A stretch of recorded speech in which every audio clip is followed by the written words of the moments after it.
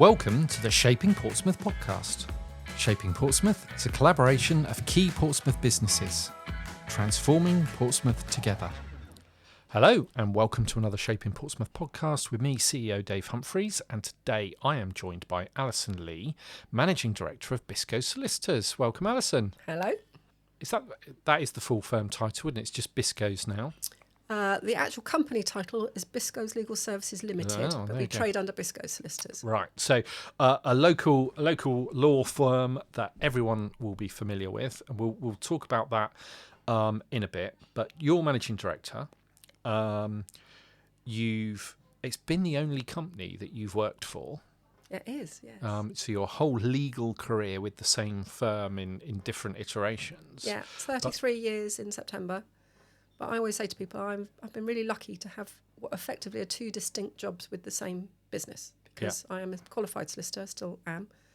I still do a tiny little bit of legal work, but I've actually became a business owner and then somebody running a reasonable sized business in Portsmouth, which I've been doing since 2015. Yeah, so quite a long time in that role, but before that, how did you get into law in the first place?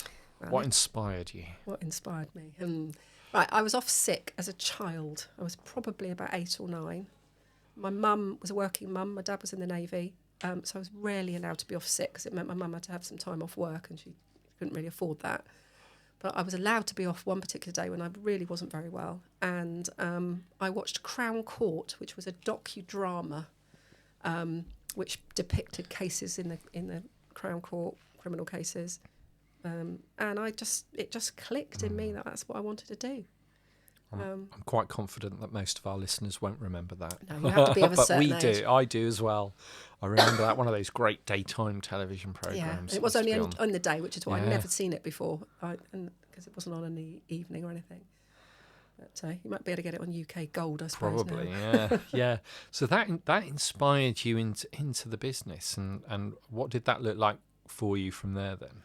Well, when I was doing my A-levels and I was at school and telling my teachers, I want to go into law, they were like, oh, well, it's quite hard to get into law. Maybe you want to think about teaching. I was like, no, I don't want to be a teacher. I want to be a lawyer. So I got offered places. I did my A-levels. Not a lot of people know this. I resat my A-levels because I didn't get the grades I wanted the first time round. Resat my A-levels. I haven't got a place. In fact, I got 2 offers. Went to Coventry University in the end because I wanted to do a business law degree because I was absolutely convinced I didn't want to be a family lawyer. I wanted to do business law. So I did a business law degree and then you have to do a professional qualification. Well, then you did professional qualification, which is the Law Society Finals, now called the Legal Practice course. Touched on a tiny little bit of family law in that course. But in order to get my training contract, I had to be signed up with a firm. And there was a property crash around the time I finished my Law Society Finals. And the firm that had offered me a training contract pulled my training contract at the last minute, so they couldn't afford to take on a trainee. So I just wrote to every single firm in Portsmouth saying, I really just want a training contract, please. Little begging letter. And a firm who hadn't actually taken any trainees before, old firm in Grove Road South, Cousins, Burbage and Connor, wrote back and offered me a training contract. And they were a very generalist practice that did wills, probate, family law and a little bit of litigation, a little bit of property. But so not business law, so that wasn't an option. So I just took the training contract. And very sadly, my training principal, lovely man called John Griffin, who practiced criminal law and family law primarily, a little bit of litigation, had a heart attack 6 months before the end of my training contract. And I was the only person in the firm that had ever touched a family file or a criminal file. So I inherited, 6 months before I qualified, a full family and criminal caseload. Wow. So a bit of a baptism of fire. Yeah, definitely. But yeah, that's how I ended up doing family law. Yeah. So Cousins, Burbage and Connor. Cousins, Burbage and Connor, yeah. So then go on to become so Biscoes as we know them today. Yeah, that merged with 2 other local firms, Lyndhurst Groves and Biscoe Smith, Heather and Bellinger, and became Biscoe Cousins Groves. We dropped the Cousins Groves in the 90s, and it became Biscoes. Yeah. So same firm, they're successor practices of one another. So celebrated 170 years of practice last year. So you've specialised in family law. Yeah. So for people not familiar with family law, what does that involve? So I started off as what we would regard as a private family law. So disputes for families between individuals. So divorces, people arguing about where their children should live and what contact they were having, injunctions, general family law that people would know as family law. And then I started to develop a bit of a caseload of care and adoption work, and it just seemed a lot more significant to me because you're helping represent people who's having the course of their lives changed by social services becoming involved in their families, children being taken away from their birth parents and adopted into new families. And then for the last 20 years, before 2015, the 20 years before that, I specialised in care and adoption work, acting for a lot of children. Yeah, so some complex areas of law there, and I suppose the field of law is quite interesting in the way it is so compartmentalised into those at different Biscoes, chunks. We've very much gone down the road of we don't have anybody who's a generalist. Everybody specialises in their one area. So my care and adoption lawyers don't practice private family law. Commercial property lawyers don't practice residential property law. So everybody is a real specialist in the area and I think that's a way to stay on top of the developments in the law, which are significant and fast moving. Yeah. And it just means that you're an expert in what you do, and that's what we want to be able to provide people with proper expert advice. And so that kind of takes us nicely into a focus on Biscoes, and so I mean people remember Biscoes in Kingston Crescent. You're not there anymore. Recently moved. No, we did a move last year. We're still in a Portsmouth postcode, so we moved to a building that's just at the entrance to Port Solent, and that move was about trying to improve the working environment for staff primarily, a nice environment for the clients, premises with good quality parking, accessibility. So we're on the ground floor. We've got accessible toilets and a very accessible couple of parking spaces just outside the office. So it allows elderly and disabled clients to get into the office more easily. And we've gone completely open plan. Nobody has an office, not even me. Although I was told by my board I needed to have an office because everything I did was confidential. I said, it's really not. So we have a number of pods in the office that people can go into and have private conversations. And but other than that, everybody works hot desking. Yeah. I can go and sit in the middle of the family department if I want to, or the middle of the commercial property department if I want to. Yeah. So it's all good. Yeah, dip in and out. And I've always been aware you've had a number of different satellite offices. Yeah, we're 9 offices altogether now. Do you still have? Still have 9. Yeah. So the move wasn't about bringing some of the satellites into a more centralised. No, we did close an office in Porchester because it was only a few half a mile down the road. It didn't seem any sense in keeping that open. But we go up as far as Borden. We're in the Innovation Centre in Borden. We have a serviced office in Petersfield at Antrobus House. We're in Waterlooville on the business park that's by the swimming pool there, so our court. We have a little satellite that we work out of Burn Runciman in Wickham, where we always have had an office for the last 30 odd years. We have an office in Fareham, which is in East Street. I hope I'm saying that right. And then we have 2 offices on the Isle of Wight, and we last year opened an office in Tavistock, which sounds a little bit odd, but we do mental health and mental capacity work and community care advice. And there was a legal aid contract up for grabs in that area, which is very much underserved for that sort of work. Okay. So and a couple of my lawyers live out that way.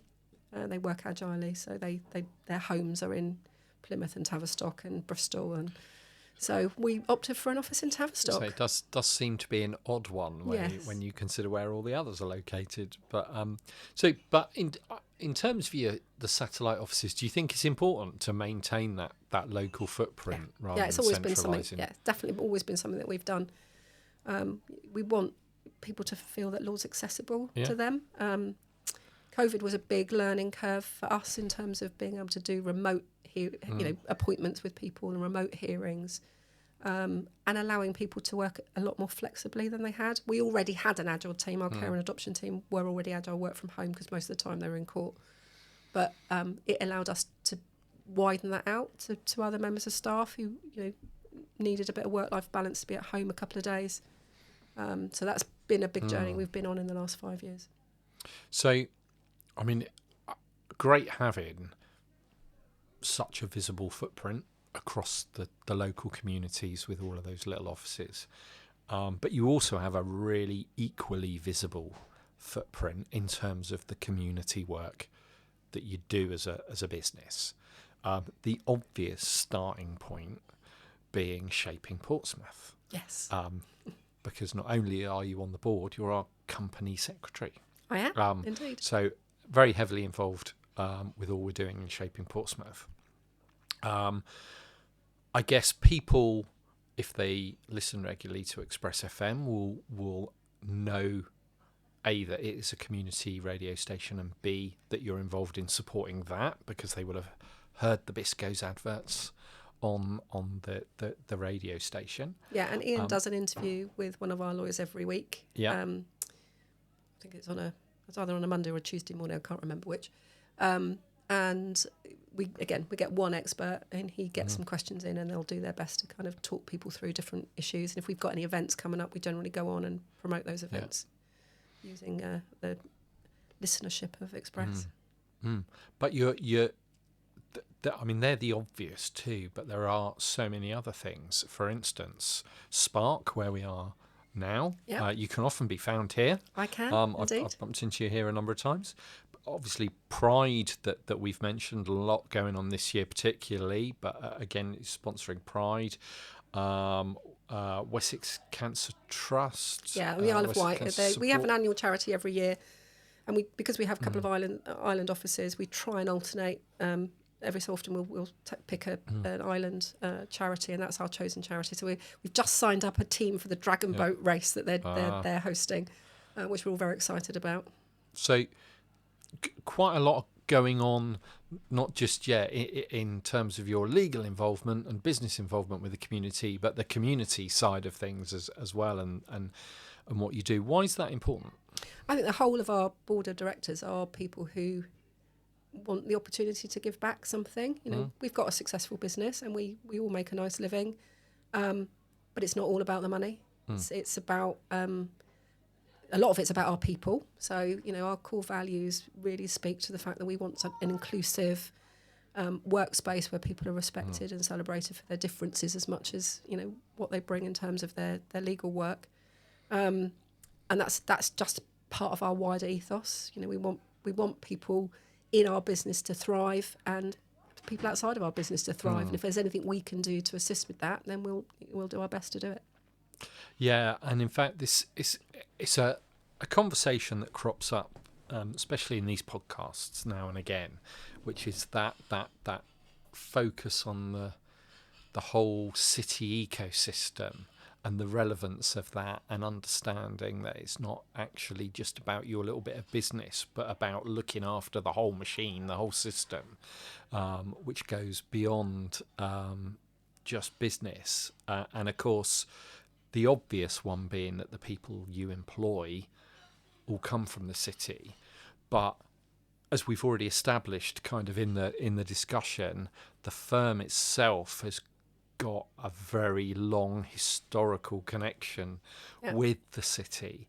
So being passionate about the city itself is a big part of it for you, isn't it? Huge part for me personally. So my parents were both from Birmingham, and came down here because my dad was in the Navy.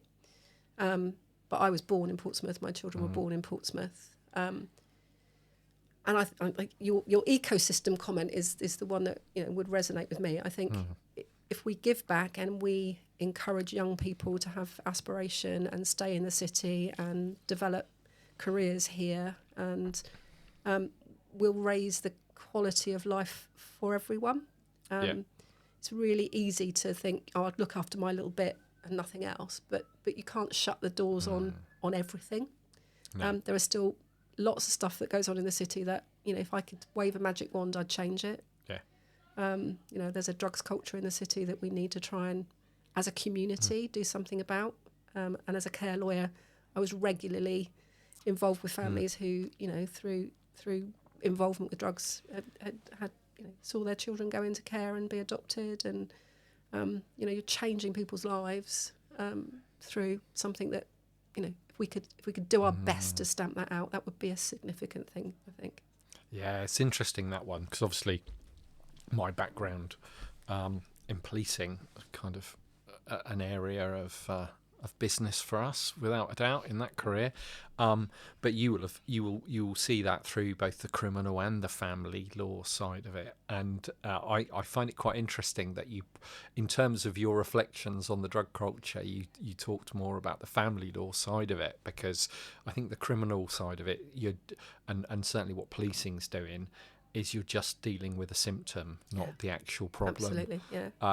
And it is, if we could wave a magic wand, and I think, without going into a whole debate around how do you solve a problem like, it's a big one. Yeah. Drug culture, I would probably kind of surprise people, I think, in terms of some of my thoughts on it from a policing side. You're doing your MBA now. It's what we would call a complex problem. It's definitely a complex problem, without a shadow of a doubt. But we do have some people in the city. I've got two very good friends, Gethin Jones and Duke Harrison Hunter, who, they've both been there, they've lived that experience, and are both working really hard to do what they can to make, raise awareness of what this culture actually, how damaging and destroying it is for not just the people themselves, but the community, the people around them, their families. And that's a big one for me. I think if there's more that we could do, I think that would be a really good thing. Definitely. Now, rewinding back there, you commented that your parents were from Birmingham, and you'd moved to Portsmouth because your dad was in the Navy. Well, they moved here. I was born here. Oh, yeah. Well, yeah. Cut me in the middle. I'd blue. Absolutely. Yeah. So, your parents moved to Portsmouth because of the naval connection. Yeah. And that's quite relevant as well, because that the whole armed forces community piece, again, is important, not just to you, but as a firm, to Biscoes. Yeah. And why is that? Well, my dad was in the Navy, and he served in the Falklands and was on HMS Arden, which was a ship that was sunk in the Falklands. He came back, but he came back a very different person. And unfortunately, PTSD wasn't a known condition that the Navy did anything about trying to manage. So when Dad got onto the QE2, he was handed a bottle of whatever it was, rum, whiskey, I don't know what it was. And sadly, he that's kind of where he stayed, and he died of liver cirrhosis when he was 50. So it was a big part of my personal background, was people who've served and suffered for their service. So when the Armed Forces Covenant was something that was being spoken about, it's definitely something I personally wanted to do. Our board supported that. We realised, actually, by asking around, we got a number of people in the office who had naval connections, military connections. We actually employ a lady whose grandfather won a Victoria Cross. Wow. And is celebrated in James Ockenden. He's celebrated in the city in a couple of places, I think. And my chief operating officer, her husband's ex-Navy. We now have a solicitor who was in the Navy for 19 years and then changed her career. She works in Tavistock. So it's a big thing for us and we realise that we are in the middle of that community. We live in the home of the Royal Navy. So signing our covenant was just easy. But then we followed that up with, signing up for our bronze employer recognition scheme, did our silver, and we've just reaccredited our gold award last year. So for people that wouldn't be familiar with what the Armed Forces Covenant actually is, do you want to? So the covenant is is signing up to say that you're a forces friendly business or charity. That you will recognise people's service in any way that you can. So for us, we give a 10% discount to anybody who's from the Armed Forces community on our services. The ERS, the Employer Recognition Scheme, is the ability to employ veterans or people from the armed forces community, cadet leaders, and within that employment setting, give them the time that they need to, if they're a reservist, they might need time off to go and to deploy, and then downtime when they get back. If they're a veteran, they might need different support. And if they're a cadet leader, again, they might have cadet duties, which we would give time off for. We, as I say, we do employ a veteran. What we do for all our roles is if we have somebody who applies for one of our roles and they've got relevant skills, don't necessarily have to be matched skills, because what they would have learnt through their service might not match up exactly with a degree in X, they're guaranteed an interview for any of our roles that they match to. Yeah. So at that lower level, when you first sign the covenant, before you start working up to bronze, silver, gold, etc., it can look very different for different businesses. Absolutely. It's just making that initial commitment. It's about the armed forces community being able to recognise from your website or your social media, because it comes with a little badge. Okay, that's a forces friendly business. That's somebody I can do business with. That's somebody who's going to understand, my community. And it's a huge thing. And I think it's never going to do badly for a business to sign their covenant. And I've been a big champion that Shaping Portsmouth be an organisation, because we coordinate lots of stuff in the city that coordinates, businesses understanding what it means so that they can sign it. And the more businesses that we get that recognise that community, we have 2 big grey ships that come in regularly that have got complements of thousands of staff, and they all shop in the city, they all engage with businesses in the city. Why wouldn't you want to be a forces friendly business? It doesn't make sense to me that you wouldn't. Yeah. Absolutely. And the line that we will use within Shaping Portsmouth quite a lot is we do want you to sign the covenant and for your business to visibly support our armed forces community, but actually we also want you to work with us and do something with it when you've done it. And that's where the bronze, silver, gold ERS piece really comes in, because that's the demonstration, isn't it, of what your business is actually doing to meet those covenant commitments. I understand that some smaller businesses would struggle to give, they employed 2 staff and one's a reservist, and that reservist is going to go off and deploy for 3 months in a war zone or whatever, and then need a month off when they get back to decompress from that. That's a big ask of a small business, but we've got a lot of bigger businesses in the city who could easily accommodate that. Yeah. And what they get in return is they get somebody who's had that military training, and that military training and resilience and adaptability and flexibility can be brilliant for businesses. And of the ERS Silver Gold Award holders who I regularly network with, nobody has regretted. Nobody has said to me, "Oh, I really regret that we employed that veteran or that reservist or that cadet leader." These are good people who've committed themselves and their lives, ultimately, if it came to it, to protecting people. So that's a big thing to have in your business. Yeah, absolutely. There's a lot of myths to bust around employing veterans, particularly things like, all veterans come with PTSD, which is not the case at all. There are statistics around that say PTSD in the normal population is far higher than PTSD in the military, and that's because the military are trained to cope with certain situations. If they have PTSD, it's because they've seen something that would give most people PTSD. So absolutely, that's the difference. Yeah, but there's also the added advantage that if your business takes on a veteran, there are other support routes that are open to the veteran community that the general population don't get. Fabulous organisations like Veterans Outreach Support, etc. Yeah, and Troopers, another great website one that's developing lots of information and support services for veterans. Yeah, loads out there that can be accessed. There's a whole heap of benefits. You could do a whole podcast actually in itself, and maybe that's one to involve Andy and Kate in on the benefits just of employing a veteran. But going back to that employer recognition support journey, as you said earlier, you've gone all the way to gold and re-accredited at gold, because you don't just get it and keep it. No, you have to. Yeah, you have to sustain at the gold it. level, you're sustaining, and part of sustaining is advocacy. So it's like doing this. It's coming along and talking about why it's good for other businesses to do the same thing. And it's something that I personally I've done quite a lot of. I've spoken to lots of businesses who've maybe signed their covenant, but they're not taking it anywhere. And it's like, well, why wouldn't you? There's lots and lots of benefits and not many disadvantages. So in Shaping, we are currently silver ERS holders, and we've built our plan to transition to gold over the next year. And so what that has shown me is, it's not just a box ticking exercise. It does take some effort. Yeah. You don't get gold easily.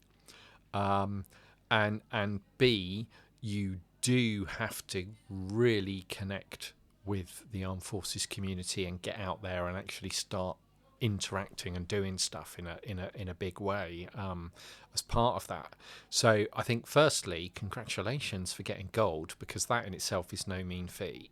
And then reaccrediting at gold is, again, not straightforward in itself. So huge congratulations for doing that. There also aren't that many businesses at the gold level that are of our size, and they're normally bigger businesses or bigger institutions like NHS trusts who have accredited, and universities and that sort of thing.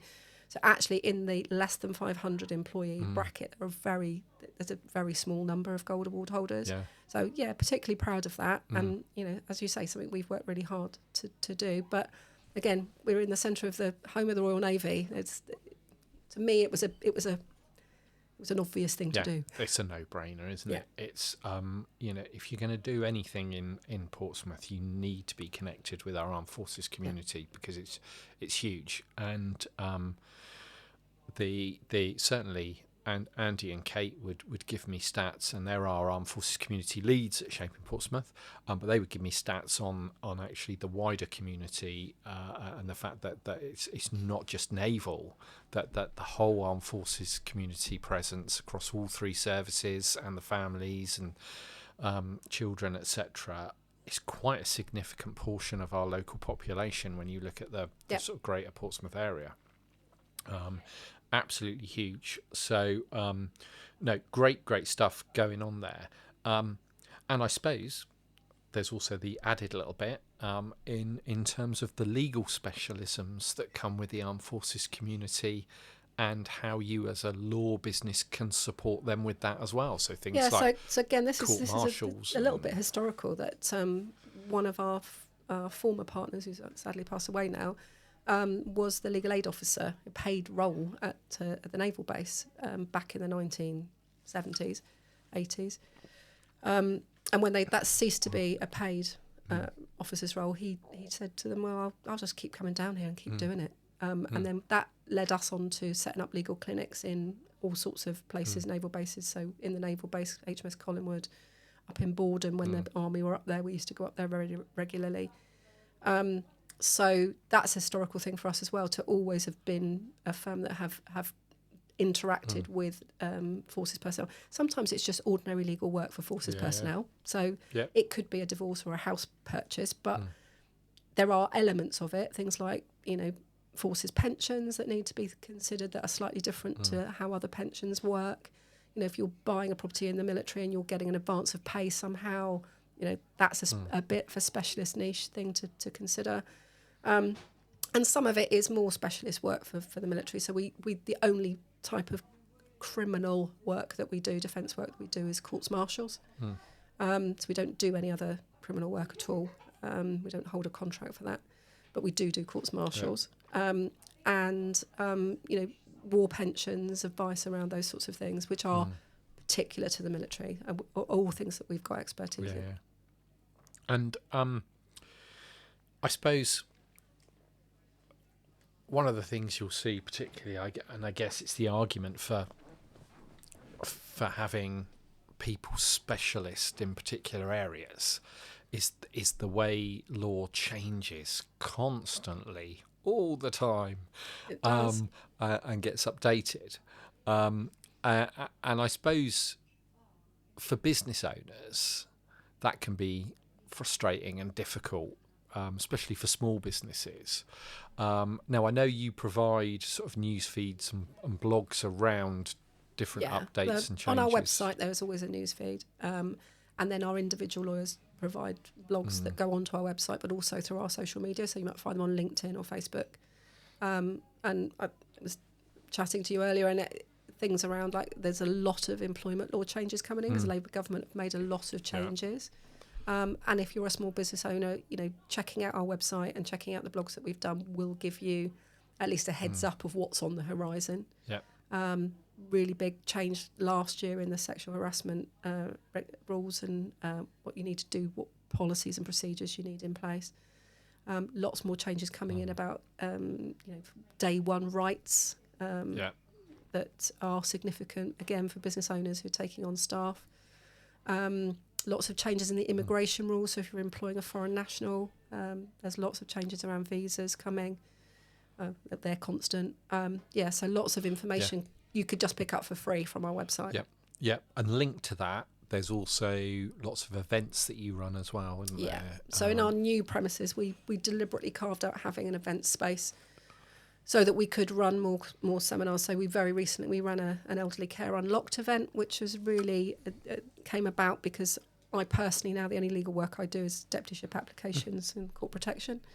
But we're speaking to a care needs assessor and Helen Brown, who runs Home Instead in Portsmouth, and a mortgage broker and a financial advisor. And we all got together just to put on an event that was free to attend for people who are trying to navigate that social care maze of getting somebody, the right care needs assessment, how they're going to fund it, all those sorts of things, because we're all individually, we're dealing with people who were, didn't know which way to turn. So actually that's the second time we've run that event, and we will run it again later in the year.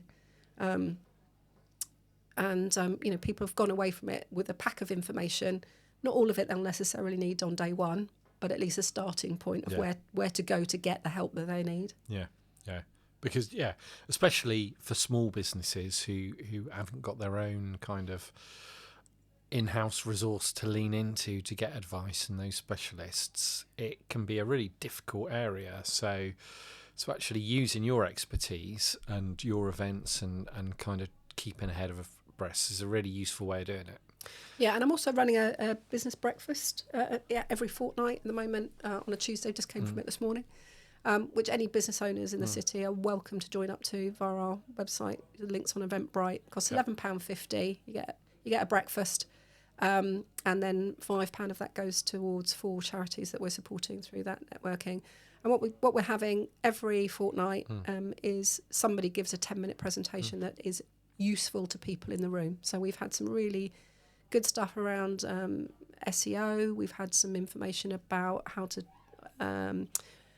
help and support neurodivergent employees in the workplace. Today we had a presentation around recruitment.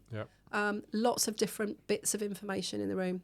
And then lots of good discussion and supportive. It's just free to attend, no membership. Not free to attend, you have to pay to attend, but you can sign up, come to one, don't come to 3, then come to another one. So there's no obligation to attend, is what I meant to say. And people are getting a benefit from it. I'm seeing that in the room. Definitely. And I suppose, because you also mentioned the fact that I was doing the MBA earlier, and I know you've done that as well. I have, You've done the MBA, but obviously you've transitioned from being a legal expert to a business owner.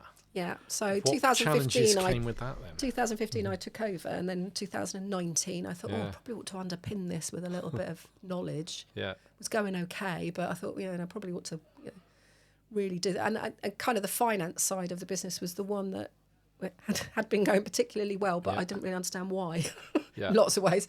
So I thought, MBA, that's the thing to do. So signed up for that in 2019. Which at the time seemed a really good idea. And I can tell you, in March 2020, not such a good idea. So I was doing my MBA whilst running that business through COVID, trying to navigate furlough and CBILS loans and, having staff working remotely and doing my degree remotely initially. We did go back into the university a little bit, but not a huge amount. That was an uphill struggle. When we talk about the frequency of law changing, COVID took it to a whole new level. I remember getting notified of, yesterday the government changed this legislation and next week you'll get a training pack on it. And you think, what? Yeah. It's a really interesting thing to do, to go Yeah. onto, if you go onto Wikipedia and put in COVID-19, there's a timeline from probably late February through to the 24th of March when the whole country shut down. Yeah. And you cannot believe the speed with which things... Yeah. We lived it, didn't we? But when Yeah. you actually read it, the speed with which things were just changing. And as a business owner who had a largely office-based workforce, I had one agile team. Yeah. But most of the people were in the office. They worked full-time in the office, unless they were part-time, so had non-working days. And we had desktop computers. Yeah. We had very few people working on laptops. So on the day that we had to send people home, we were literally unplugging computers and sending them home with their computer in their car. Yeah. Fortunately, what we did have was a network phone system that used a cloud-based system. So phone-wise, we were fine. And we already had an outsourced phone answering wraparound service, which we just transitioned everything to that. So a really steep learning curve, but also one that showed us that actually, as a business, we were very agile, more so than many businesses around us. And that I took as a positive. We changed because we had to change, but it proved that we could change, and it didn't need a disaster. Which is so the change that we've done last year to move to open plan premises with hot desking felt very different to the way we traditionally worked. But when I looked back at our COVID experience, I could say, okay, well, we managed that change. We can manage this one. Yeah. And this one we can plan a little bit better. Yeah. And it makes a lot of sense working that way now. Yeah. But also, it's funny because in the grand scheme of things, COVID wasn't that long ago. But in terms of how it's changed how we work and, the technology that we now routinely rely on that we hadn't even heard of. Who'd done Zoom, a Teams call in who'd done a 2019? Teams call? Who'd heard of Zoom? It's incredible, isn't it? How we've come on. Brilliant. Look, loads more stuff we could talk about, and but I think those that bit around legislation changes and dipping into the website, your news feed, and the little blogs and articles that appear there, really good tip to finish on for businesses out there that might be listening. There is a wealth of really, really useful stuff, and as you say, some big changes coming. I still think people are only just getting their head around the sexual harassment stuff and are not really sighted yet on the employment and the day one rights are coming. So some important stuff for businesses. So we always like to finish podcasts with a recommendation of somewhere to go or something to do in Portsmouth. So you've been here all your life apart from a little trip to university out of the city. What would be your Portsmouth recommendation? It's after what we've just spoken about, it's going to be a little bit of a cliche, but I would say historic dockyard is a big one. And actually, they're not going to thank me for telling you this, but actually you can go into the dockyard without paying and go to Dockhouse 4 and one of the things I did last year is on my way to Victorious, which I always love to support, we stopped off in the dockyard to have a look at Pete Codlin's sail. Now, if you haven't seen the sail, it is a massively impressive piece of artwork. Pete won't mind me telling you this. He was a client of mine many years before that. And I messaged him and said, any chance at all you can get my dad on the sail? And then I realised I don't actually have a lot of pictures of my dad because he was always the one taking pictures, but did manage to find. And right at the last minute, Pete very kindly put my dad's face on the sail. It's quite a small one, but he put it on there for me. And I have a lovely picture of me stood in front of the sail, taking a picture of the sail and having my picture taken. But it's a really impressive thing to go and have a look at. And the dockyard itself, the historic ships are phenomenal. You can buy tickets which are that last for a period of time, so you don't have to do them all in one day because it's quite a lot to do in one day. And there's so much in there to go and have a look at about our naval history, and it would be a firm recommendation of mine. Definitely. I knew about your dad being on the sale. Oh, did you? Yes, Pete told me. So I had the good fortune of having lunch with Pete in the dockyard, and he showed upstairs in Boathouse 4. He introduced me to hammy eggy cheesy. Hammy eggy cheesy. Yeah, which I'd never heard of before. It's a naval thing. New favourite. But yes, so my dad used to make that. It's the only thing he ever did cook. We had lunch upstairs in Boathouse 4, but I had the pleasure of him giving me a guided tour of the faces on the sale, and obviously made the Shaping Portsmouth connection with you, and did tell me that my dad is one of the only people on the sale that's got sunglasses on, because that was one of the only pictures I could find. But it is hopefully there'll be some sort of digital resource soon that will help people look at that and extract the stories of the different faces. Absolutely, because there are some brilliant stories in there. So I know my very good friend Ronnie Edwards is on there somewhere, and I spent ages looking around the sale thinking, where is she? Because she's quite distinctive. Couldn't see her, but so it would be good to have somewhere you could just click on a thing and it goes, that's that person. That would be good. Things like the witch. There's a story about a witch, and she's on there. The last person hung, drawn and quartered was Portsmouth, and they're on there. And then you see people like Arnold Schwarzenegger, and you think, why on earth is he on there? He started a gym in Portsmouth. Exactly that, yeah. And there's lots that you don't realise, Tim Peake and others, that are all on there. So it is great. So, as you say, and I'm sure Hannah at the Portsmouth Historic Quarter will be very pleased about you saying that you can get in for free, but maybe Dominic can't get into the ships for free. In the Mary Rose Museum less so. But you can go in to the ticket office, ask for a historic quarter pass, and that gives you free access to those free to enter places. So kids got summer holidays coming up. It's a good start to go and have a look around some of the stuff that's there. Some really good interactive stuff for kids to do.